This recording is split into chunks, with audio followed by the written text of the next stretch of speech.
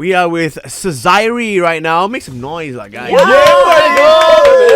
Hey. And amongst the four of us, she's a huge fan. So she wants to kick things off right now. Please go ahead, Anne. Hi, Sezairi. Hi, Anne. Very exciting. I know that you just performed at the Java Jazz Festival. Oh, yeah. So, can you please tell me what was it like going on stage in front of 4,000 fans? Wow, that's quite crazy. It was quite crazy because the context is that Java Jazz was my first international music festival. So when I was a young musician, that was my first trip overseas to go and watch music. It really blew my mind because growing up in Singapore, you listen to a lot of Western music, right? When I was at Java Jazz, it was crazy because the local acts had more people queuing up for them than the overseas international acts that I flew in for, right? And that was like, I think maybe 12, 13 years ago. And I was thinking to myself, one day I hope people can come and watch me instead of an international act. Like, this whole culture is completely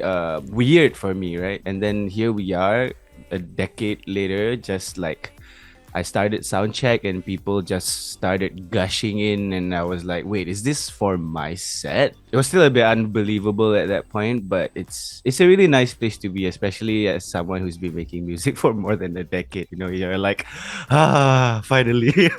You're so big now that we are doing a collaboration with Apple Music. Can you maybe describe that collaboration with Apple Music in one word? Oh, that's crazy also. They have it. Always been Crazy. That's the one word. I think the crazy part of it is you grew up listening to things on iTunes, right? I grew up buying iTunes a lot of, like, I was in that era of, like, there was no digital streaming yet, but there was no CD sales also. Yeah. So the only place you could buy music was to buy music off of iTunes. And just coming from that to this, the validation that you get that you're now amongst your peers, I think Apple Music has always been very supportive of my career from day one. The tastemakers over there listened and go like, oh, one day this is gonna blow up for you. We are sure of it. And I'm like, are you sure?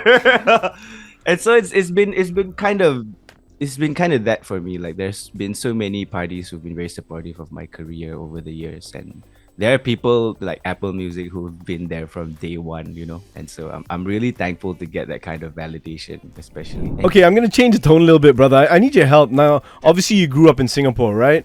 I was there last week, went to watch a concert there, and dude, really didn't know where to get food. I mean, there's some rumors floating around in Malaysia that Singapore food is not as good as Malaysian food, but I want to hear it from you. I want to hear it from you, my man. Could you recommend me? It's really tough, okay, because I grew up sort of in Johor, so I see. Because my father's family is Malaysian. Right. I'm only like second generation Singaporean, so I'm not that diluted yet. Yeah. So you're really asking the wrong guy. But I can say this. Yes. The difference between Singaporean and Malaysian food is actually the same. It's just Singaporeans are just super hyper health conscious.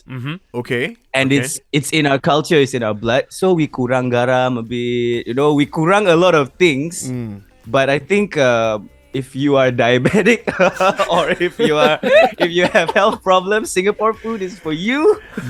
Come here, makan our food. But also, I think the good Singaporean food is at places that are unmarketed and really difficult for you to find. Yeah, this is what a lot of Singaporeans say, man. But then we never find it. Yeah, you gotta give us the plug, bro. We keep it away from you guys. Why would you do that? It's bad for tourism. You gotta name me one place, please, dude. Don't like gatekeep. Yeah, come on, man. Bro, just one. Oh man. Okay. There's this area. Okay, where I stay. It's near this area called Jalan Kayu, and there's a row of really good restaurants there.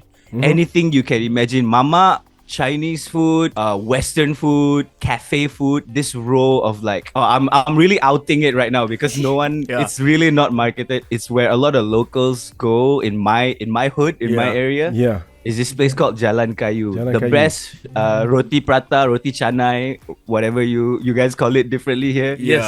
Over there. Do you need a Singapore ID to get in? Is it going to be difficult or am I good?